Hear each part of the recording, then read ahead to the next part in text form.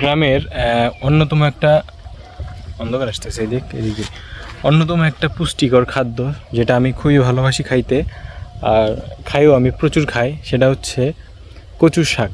কচুর শাক মানে এত পরিমাণ সুস্বাদু আর ভিটামিনযুক্ত খাবার, যেটা শহরেরগুলো তো মনে করেন যে কীরকম খাওয়ার যে একটা মজা, দেখেই সেই মজাটা শেষ হয়ে যায়, মানে রুচিটা নষ্ট হয়ে যায়।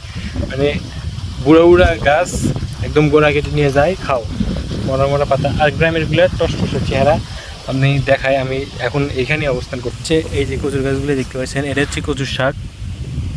এই যে গ্রামের মানুষ উঠায় কোনটা, এই যে ভিতরে এই যে এটা আছে, এটা উঠায়।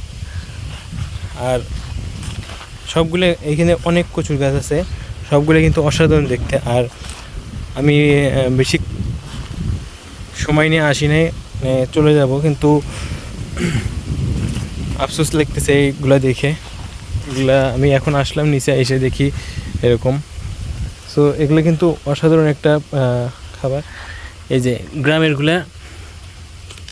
মানুষজন খালি এইটা উঠায়, মানে মাঝে যে কচিগুলো আছে কচি এগুলো উঠায়। আর শহরে দেখি কি এইখানে কেটে নিয়ে যায়, মানে এগুলো সব পাতা খায়। গ্রামেতে সবাই আসলে মানে বেশি আছে তো, মানে শুধু কচি যেটা সেটা খায়।